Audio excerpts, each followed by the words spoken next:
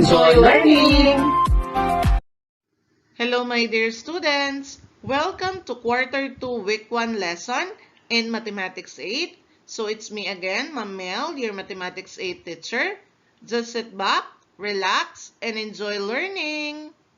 For today's session, we will discuss the linear inequality in two variables. Our most essential learning competencies are: number 1, differentiates linear inequalities in two variables from linear equations in two variables. Second one, illustrates and graphs linear inequalities in two variables. And the last one, solves problem involving linear inequalities in two variables. Let us have the introduction part. During the first quarter, you learned about linear equation in two variables, which is in the form of y is equal to mx plus b, which is what we call the slope-intercept form, and ax plus by is equal to c, which is in the form of standard form. Okay, so the graph of the linear equation is a line, definitely, meaning all the points that belong to the line are the solutions of the said equation. But for today's lesson, we will tackle about linear inequality in two variables wherein the graph is not a line but a region. Remember that in inequality, the relational symbols are less than or equal, or less than or equal. Below are the graphs of an equation and inequalities. So as you can see, we have y is equal to x. That is considered as an equation.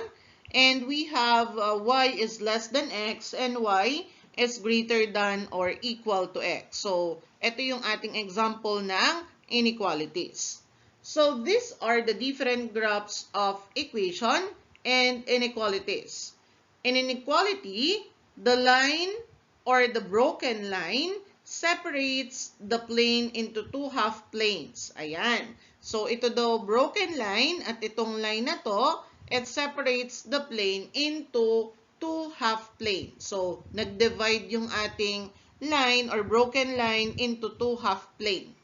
So, half of the plane, which is the shaded region, so this part and this part is our shaded region, is the solution set of the inequality. So, meaning to say, kung nasaan yung ating shaded region, doon tayo merong solution.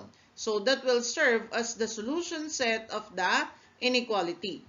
The broken line, so this is one of the example of the broken line, means that the points on the line are not included. So, meaning to say, lahat ng dinaanan nitong ating broken line, hindi siya included sa ating solution set.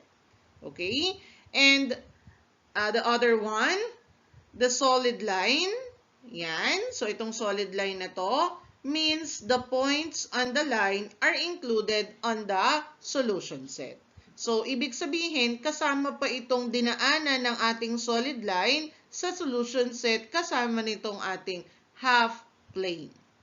Okay. So, the relational symbol in which the line is included in the solution set is either greater than or equal or less than or equal. For your learning task number 1, give the equation or inequality described by its graph. So, before you give the equation or inequality described by its graph, first, you need to observe the characteristics of the given graphs. So, meaning to say, kapag ang ating graph ay walang shaded part, ibig sabihin lang nun, siya ay considered as equation. And then, kapag siya naman ay may shaded part, gaya ng number 2 and number 3, therefore, that is categorized as inequalities. So, say for example, number 1. So, as you can see, yung line natin, dito siya dumaan sa ating x, which is equal to 3. Okay, so dito siya dumaan sa ating x, which is equal to 3. So, therefore, our equation now is x is equal to 3. So, that is for number 1. But how about number 2 and number 3? So, since siya ay may shaded part, we need to use the inequality symbol. So, ano yung mga inequality symbol natin? For the broken line, ang ginagamit natin is greater than or less than. Kapag naman solid line, ang ginagamit natin ay greater than or equal at less than or equal. So, dito sa ating part na to, dito sa number 2, siya ay dumaan sa ating y-axis. So, meaning to say, mag-i-start tayo with the variable y. And then, for number 3, siya naman ay dumaan sa ating x-axis. So, ito yung x-axis natin, dinaanan ng broken line. So, we need to start our inequality with the variable x. So, you need to decide kung ano ang inyong ilalagay, followed by the variable x. So, say for example, for number 3. So, dumaan sa dito sa ating negative 2. So, is it x is less than negative 2 or x is greater than negative 2? So, it depends upon to your understanding. Kasi ang shaded part natin ay nandito sa region na to. Okay? And then for number 2 naman, since siya ay solid line, sabi ko nga sa inyo, you need to use the relational symbol such as greater than or equal or less than or equal. And as you can see, siya ay dumaan dito sa ating y-axis na positive 2. So you need to decide if you will use the relational symbol less than or equal to 2 or greater than or equal to 2. So that is for learning task number 1. Let's move on to our development part. You can present the solution of linear inequality in two variables by graphical form. To graph, here are some steps. Number 1, write first the inequality in equation form. So say for example, your inequality is y is greater than 2. So we need to convert that into an equation. So it becomes y is equal to 2. The next step, determine the x and y intercepts or find any 2 points that will satisfy the equation. So in this step, we need to have the representation. So we have let x is equal to 0 and let y is equal to 0. So after that, you can find out the 2 points that will satisfy the equation. So after finding the 2 points, you need to plot the 2 points in one Cartesian plane. So after plotting, let us proceed to step number 3. Connect the points by a line or broken line depending on the inequality symbol. So you need to connect the points by a line kung ang ating relational symbol ay greater than or equal or less than or equal. And kapag naman ang ating inequality symbol ay greater than at less than lamang, you need to use the broken line to connect the points. And then let us proceed with our step number 4. Choose a test point on either side of the line and substitute to the inequality to determine if which point may satisfy the inequality. So after connecting the points, so meaning to say, kapag na-connect na natin yung points, magkakaroon tayo ng dalawang half plane. So kukuha kayo ng tigisang point, test point, on either side of the line. So doon sa other half, kukuha kayo ng isang point, and also doon sa another half, you need to choose a test point. And then you need to substitute that points to the inequality. So, kung alin doon yung points na makakapag-satisfy sa ating inequality, therefore, doon sa part kung saan kayo kumuha ng point, doon kayo mag-shade. So, that will be your shaded region. So, shade the regions where the point that satisfies the inequality belong. So, meaning to say, kapag shinadan nyo na yung region na yon, that will serve as the solution set of the inequality. Let us have example number 1. So, in order for you to fully understand how to find the solution of the inequality, we have the first example. Graph 2x plus y less than 4. So let us proceed with our first step. You need to change the inequality sign into an equal sign. So you need to change this inequality to equation. So since we have the relational symbol which is less than, so let us replace that by an equal sign. So it becomes 2x plus y is equal to 4. So after that, we need to find any 2 points that will satisfy the equation. So meaning to say, we need to let x is equal to 0 and let y is equal to 0. So let us proceed substituting the values of x and the value of y. So let us proceed. We have 2x plus y is equal to 4. Let us substitute the value of x, which is 0. So ilalagay natin siya dito. So it becomes 2 times 0 plus y is equal to 4.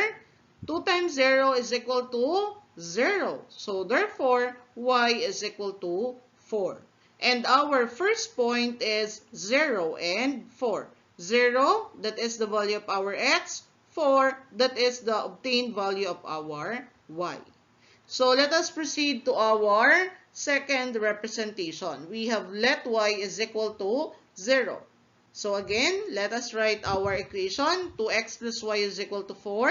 Now, let us substitute the value of y, which is 0. So it becomes 2x plus 0. Ayan, so nireplace na natin, is equal to 4.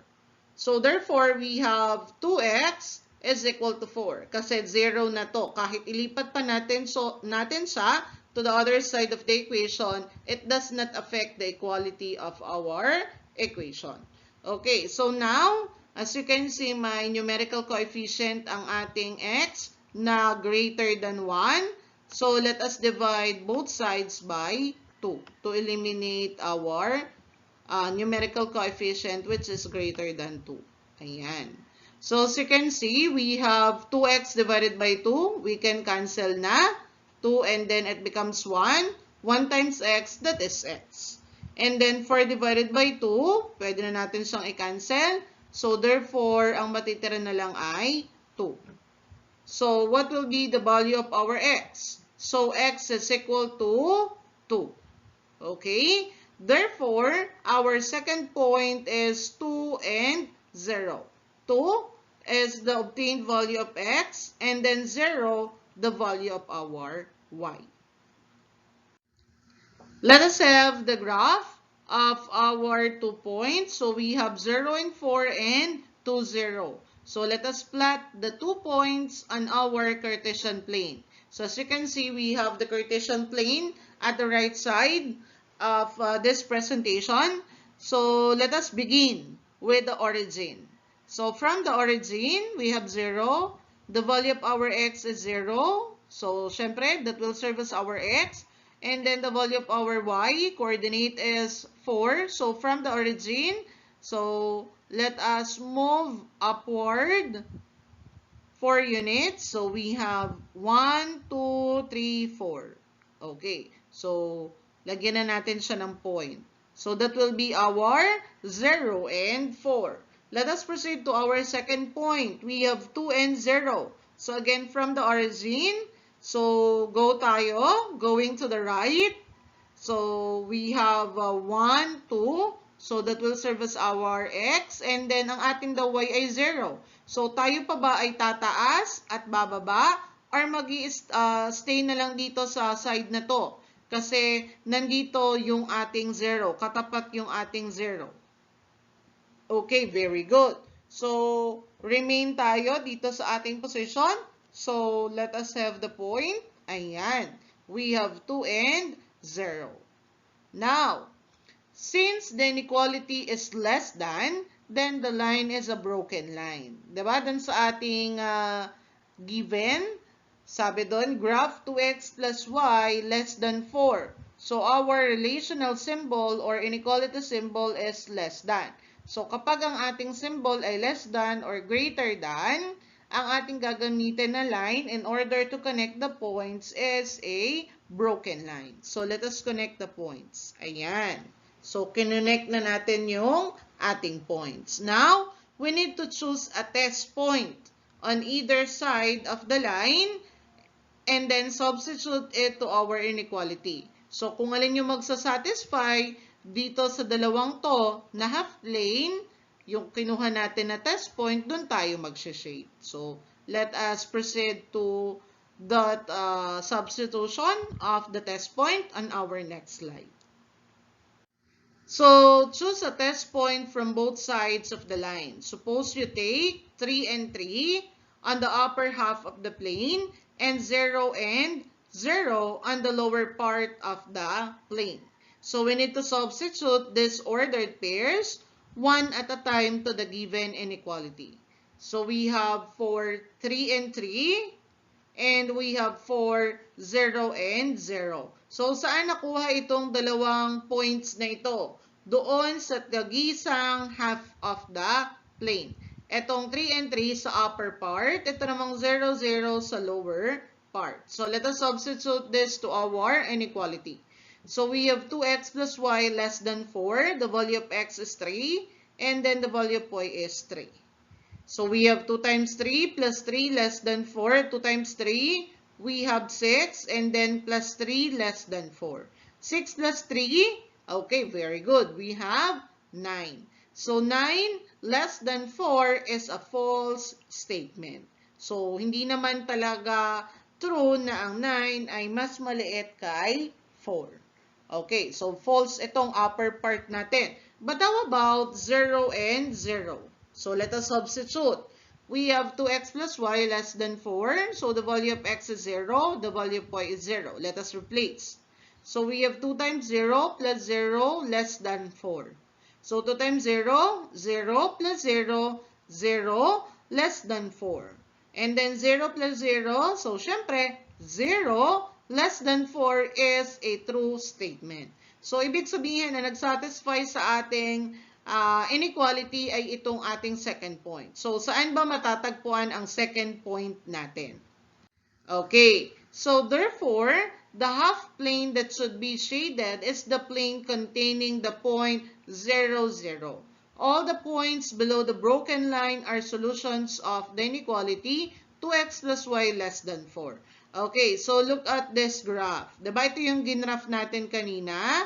Dito kinuha ang 3 and 3. Dito sa part na to. 3 ang x, 3 ang y. Ayan. Sinubstitute natin to, ang ating naging answer ay false. And then next naman sa lower part, kinuha natin ay 0 and 0, which is our origin. 0 ang x, 0 ang y. So, since nung sinubstitute natin ng 0, 0, nag-true ang ating inequality. Therefore, itong part na to ang ating sheshadan. And therefore, nandito sa half plane na to ang ating solution set. So, hindi kasama yung dinaanan ng ating broken line. Another example, find the solution set of the inequality greater than or equal to x minus 3. So again, as part of our solution, the first step, we need to change the inequality symbol into an equal sign. So kailangan natin siyang gawing equation. So it becomes y is equal to x minus 3. Then we have the second step. We need to solve for x and y intercept. So let x is equal to 0 and let y is equal to 0. So let us use our equation. We have y is equal to x minus 3. So let us substitute the value of x, which is 0. So it becomes y is equal to 0 minus 3. Now, after that, let us perform the operation. So we have 0 minus 3, we have negative 3. So therefore, y is equal to negative 3. And our first point will be 0 and negative 3. 0, that is the value of our x. And then the obtained value of our y, negative 3. Okay, let's move on to our second representation, which is let y is equal to 0. So we have y is equal to x minus 3. That is also our equation. So let us use also this in order to find the value of x. So the value of y is equal to 0. Let us substitute. 0 is equal to x minus 3. Now, since nandito sa other side ng x natin, we need to transpose x to the other side. So since siya ay positive, it will becomes negative. Lipat natin sa kabila, it becomes negative x is equal to negative 3. So let us eliminate the negative sign.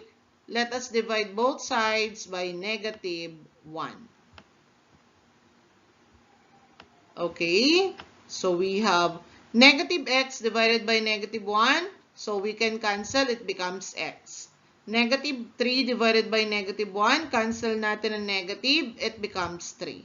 So therefore, the value of our x is equal to, okay, correct. The value of x is equal to 3. Therefore, our second point is 3 and 0. 3, that is the obtained value of x. 0, that is the value of y. Let us graph the 2 points. We have 0 and negative 3 and 3, 0. So we have the Cartesian plane. So let us plot the given points to our Cartesian plane. So let us start with 0 and negative 3. So from the origin, we have 0. So that will serve as our x. And then the value of our y is negative 3. So since ang ating y ay negative, we need to move downward. So we need to go downward 3 times. So we have negative 1, negative 2, negative 3. So lagyan na natin ng point. Ayan. So that will be 0 and negative 3. Next, we have 3 and 0. So from the origin, x muna tayo. So our x is 3. Ayan. So we need to go to the right. So go to the right, 3 units. Run tayo ng 3 units. So we have 1, 2, 3. And then our y coordinate is 0. So meaning to say, hindi na tayo aalis dito. Since ang 0 ay katapat na natin. So, ayan, lagyan na natin siya ng point. So since the inequality is greater than or equal, then the line is a solid line. Kasi diba ang ating given inequality, y is greater than or equal to x minus 3. So, meaning to say, we need to use the solid line. So, let us connect the points. Ayan. So, na-connect na natin ang points. Now, after connecting the points, we need to choose a test point on either the side of the two half plane. So, we have this side, kukuha tayo dito ng isang point. At dito rin sa isang point na to, sa isang half na to. We need to choose one point. And then afterwards, we need to substitute that to our given inequality. Okay, so choose a test point from both sides of the line. Suppose you take 0 and negative 5 on the upper half of the plane and 0, 0 again on the lower part of the plane. So let us substitute this ordered pairs one at a time to the given inequality. So we have for 0 and negative 5 and 0, 0. Let us proceed with 0 and negative 5. So our inequality, y is greater than or equal x minus 3. So let us substitute the value of x is 0 and then the value of y is negative 5. So it becomes negative 5 greater than or equal to 0 minus 3. So let us have performed the operation. So it becomes negative 5 greater than or equal to negative 3 is false. Okay, so sadya namang hindi mas malaki ang negative 5 sa negative 3. And they are not equal. Next, for 0, 0. So the value of x is 0, the value of y is 0. So let us substitute. 0 greater than or equal to 0 minus 3. So we have 0 greater than or equal to negative 3. That is true. So therefore, it satisfies our inequality. So nasa ang part ang 0, 0. Ayan. So hence, the region to be shaded is the region where the point 0, 0 belongs. The solution sets of the inequality includes all points on the line and the points above the line. So, dito sa part na to, nandito ang 0, 0. So, we need to shade this half plane. So, that will serve as the solution set of the inequality including all the points on the line. Kasi ito ay solid line. So, given the inequality, you can find the solution by graphing. So this time, you have to find the inequality given the graph. So ngayon naman, we need to reverse the process that we use in order to find the solution set. This time, meron na tayong solution set, naka-shade na, may shaded region na tayo, may graph na tayo. What we are going to do is to find the inequality described by the graph. So, ano yung una natin gagawin? First, we need to find the equation of the line. So, how are we going to find the equation of the line? So, we need to find the slope. Hanapin muna natin ang slope given this graph. So, given the graph, diba, para makuha natin ang slope, we need to use the rise over run. Okay, so let us start with this point para tayo maka-rise. From this point, we have 1, 2, 3. So as you can see, ang ating graph ay nag-start ng 0 and then divisible by 2. So meaning to say, kada run natin, ang bilang dun ay 2. So 1, 2, 3. So we need to multiply it by 2 since by 2 ang ating given scale sa ating Cartesian. So, therefore, ang ating rise ay positive 6. And then, from here, so, kailangan nating mag-run to the left para mapuntahan natin, ma-meet natin yung second point. So, we have 1, 2, 3. So, ganun din. Since ang ating scaling ay divisible by 2, we need to multiply our run by 2. So, it becomes negative 6. Ayan. So, our rise 6, our run, negative 6. So, let us divide. What is 6 divided by negative 6? Okay, very good. So, our slope now is negative 1. Okay. The next one is to find the y-intercept. So, syempre, titingin tayo kay y-axis kasi ang hinahanap natin ay y-intercept. So, what is our y-intercept? Okay, that is correct. So, our y-intercept is negative 6. So, that will be our B, negative 6. Kasi nandito yung ating point sa ating y-axis. So, since meron na tayong slope at meron na tayong y-intercept, to determine the inequality, take 1 point. Ayan. From the shaded region, and substitute it to the equation. So, syempre, we need to finalize our equation. The equation of the line in slope-intercept form is y is equal to our slope, negative 1, so it becomes negative x, and then our y is negative 6. So, we have y is equal to negative x minus 6. Now, let us determine the inequality. So, sabi ko nga sa inyo, we need to take 1 point from the shaded region. Diba ito ang shaded region natin? And then, substitute it to the equation. So, suppose yung ating point ay negative 8 and negative 4. So, nasan ba ang negative 8 and negative 4? Negative 8, negative 4. So, itong part na to. Ayan. So, ibig sabihin, siya ay cover pa ng ating shaded region. So, we need to substitute that, negative 8 and negative 4 to our slope-intercept form. So, we have y is equal to negative x minus 6. So, substitute natin. Our y is negative 4. Then is equal to negative times negative 8 minus 6. And then it becomes negative 4. And then we have less than, okay? So, less than 8 kasi negative times negative 8, we have positive 8 minus 6. Okay, so we have negative 4 and then change the equal sign into the inequality symbol which is less than. Okay, so we have negative 4 less than negative 2. So, that will be our inequality symbol for this. But anyway, since the line is a solid line, therefore, we need to use the inequality symbol such as greater than or equal and less than or equal.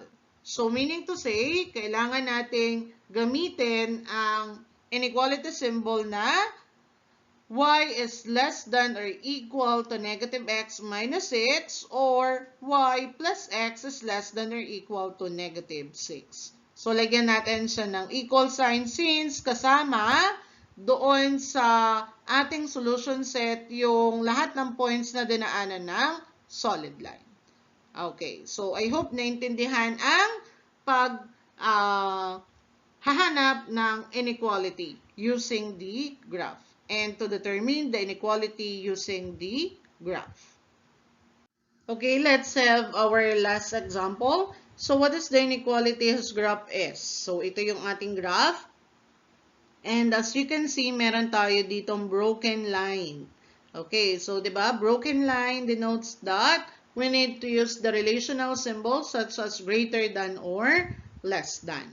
Okay, so again, let us proceed in finding the equation of the line. So first, we need to find the slope. So the formula in finding the slope using the graph, we have slope is equal to rise over run. So going back to our given graph, so meron na tayo ditong rise and run. So we can determine easily what is the value of our rise and what is the value of our run. So from this point, so we need to run, bilang tayo, 1, 2, 3, 4. So that will be our rise. And then run, so syempre run tayo to the right para ma-meet natin yung second point. So positive pa rin siya, magiging 1, 2, 3, 4, 5, and 6. So therefore, ang rise natin ay 4 at ang run natin ay 6. So let us write. We have 4 over 6. So what will be our simplest form of 4 over 6? So 4 divided by 6, they are divisible by 2. So it becomes 2 over 3. So therefore, our slope is equal to 2/3. Now, the second step is to find the y-intercept. So tingin tayo dito kay y-axis. Saan ba dumaan yung line? Dito kay y-axis. So, saang part dumaan itong ating broken line? So, as you can see, dumaan siya dito sa ating positive 2. So, therefore, our y-intercept is 2. So, our equation of the line in slope-intercept form, y is equal to the slope, 2/3 x plus y-intercept, which is 2. So, after that, to make the coefficients whole numbers, kasi ang ating slope ay fraction, in a fraction, multiply the whole equation y is equal to 2x, 2/3 x plus 2 by the denominator. So, multiply natin para malinaw sa lahat. Multiply daw natin both sides by the denominator. Ayan. So, our denominator is 3. So, multiply natin to by 3. And then, we need to multiply also this by 3. So, let us proceed. We have 3 times y. We have 3y. Ito yung answer natin. And then, 3 times 2 over 3x. So, we can cancel 3 and 3. Ang matitira na lang natin, or our remaining term will be 2x. And then, 3 times 2, we have positive 6. Or, pwede nating i-transpose si 2x to the other side of the equation. So, it becomes 3y minus 2x is equal to 6. So, now, take a test point from the region to determine the inequality. So, as you can see, nandito po ang ating shaded region. So, take negative 3 and 3. Check nga natin kung ang negative 3 and 3 ay cover ng shaded region. Negative 3 sa x, ito. Positive 3 sa y. Ayan. So, itong part na to, ang negative 3 and 3. So, let us substitute negative 3 and 3 to our equation. Ayan. So, let us use 3y minus 2x is equal to 6. So, again, ang ating x ay negative 3, ang ating y ay 3. Let us substitute. 3 times 3, the value po is 3, minus 2 times x, the value of x is negative 3 is equal to 6. 3 times 3, 9. And then, negative 2 times negative 3, positive 6 is equal to 6. 9 plus 6, 15. And then, 6. So, syempre, 15 is greater than 6. So, we need to use the inequality symbol such that greater than. Okay. Or which is greater than.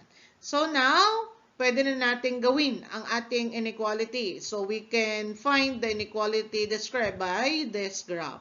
So, since the line is a broken line, then the inequality is 3y, ayan, minus 2x, then greater than 6. Kasi yung value natin ng 3y minus 2x using our test point is 15, and that is greater than 6. So, we have 3y minus 2x greater than 6. So, that will be our answer.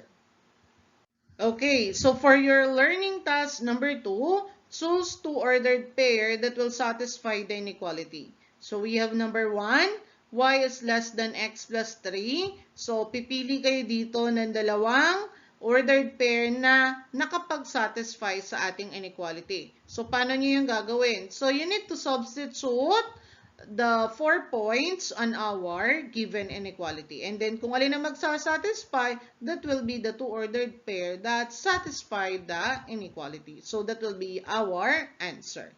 And then, we have number 2, 3x plus y greater than 10. So, pili din kayo dito. 2y plus x greater than or equal to 5. 3x minus 2y less than or equal to 10. And 5x plus 3y greater than 15. So, you need to answer that on your intermediate paper. And for your learning task number 3, under the engagement part, so for letter A, you just need to graph the inequalities number 2 and number 3 only. So, yan po ay indicated sa inyong weekly home learning plan. So, for number 2, y plus 2x less than 5, and for number 3, x minus 4y greater than or equal to 6. So, you need to use graphing paper para mas accurate ang inyong pag-graph. Okay? So, dito sa letter B, pwedeng isama nyo na rin to sa inyong graphing paper para hindi na kayo magpapalit ng papel. Okay, so you need to use the process that we use in order to find the solution set of the inequality. So, sundan yung steps. The first one, you need to change the inequality sign with an equal sign. You need to find any 2 points that will satisfy the given inequality or equation. And then after that, you need to graph. You need to connect the points. So, broken line kapag ang ating inequality symbol ay less than or equal. At kapag naman greater than or equal or less than or equal, you need to use the solid line. And then after that, you need to have the test points and then substitute it to our inequality. So, kung alin dun sa test points natin na magsasatisfy, that will be the shaded region kung nasa saan yung test point na yon. And then for letter B, you need to determine the inequality of the graph. So, as what we use in order to find the inequality, so ano yung una natin gagawin? You need to find first the equation of the line. So, how are we going to find the equation of the line? You need to find the slope. And then after that, you need to find the y-intercept. So, you can determine the slope-intercept form of the given slope and the y-intercept. Then afterwards, take 1 point from the shaded part. Ayan, sa mga shaded part natin. And then, after that, substitute. So, kapag na-substitute na natin, aalamin natin kung ano ang inequality symbol na gagamitin natin. So, syempre, kapag broken, ang gagamitin ulit natin is greater than or less than. At kapag solid line naman, ang gagamitin natin is less than or equal or greater than or equal. So, we have number 1, number 2, number 3. So, sa number 3, ito po ang shaded region natin. Okay, so for your learning task number 4, that will serve as the assessment part. So, using your graphing paper, graph the two inequalities on the same coordinate plane. Ayan. So, dalawa siya na i-graph nyo sa iisang coordinate plane or Cartesian plane. Number 2, shade the region where the graphs overlap. So, kung saan nag-overlap, shadean nyo. Okay? And then number 3, give at least 3 points that are both solutions of the two inequalities. So, paano nyo yun gagawin? So, syempre, kung saan nag-overlap, doon kayo kukuha ng 2 points. Pwedeng doon kayo kumuha ng 2 points in order for us to know kung nandoon nga ba ang solution set ng 2 inequalities. And then for number 4, in what region in the rectangular plane can you find the solutions of both inequalities? So dito sa number 3, kahit saan pwede kayong kumuha ng points sa lahat ng half plane ng bawat inequality. And then number 4, pwede na kayong makapag-decide kung saang region ng rectangular plane can you find the solution sets of both inequalities. So I hope nakatulong ang ating video tutorial para mas maunawaan ang lesson this afternoon.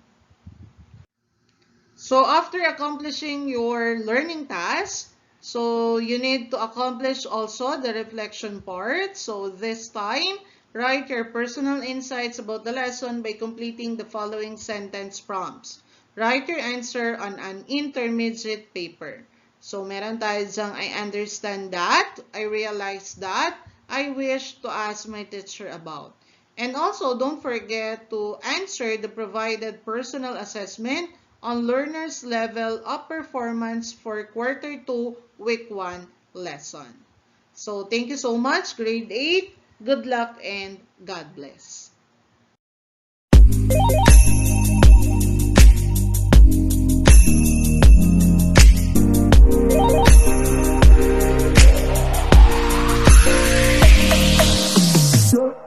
Yes.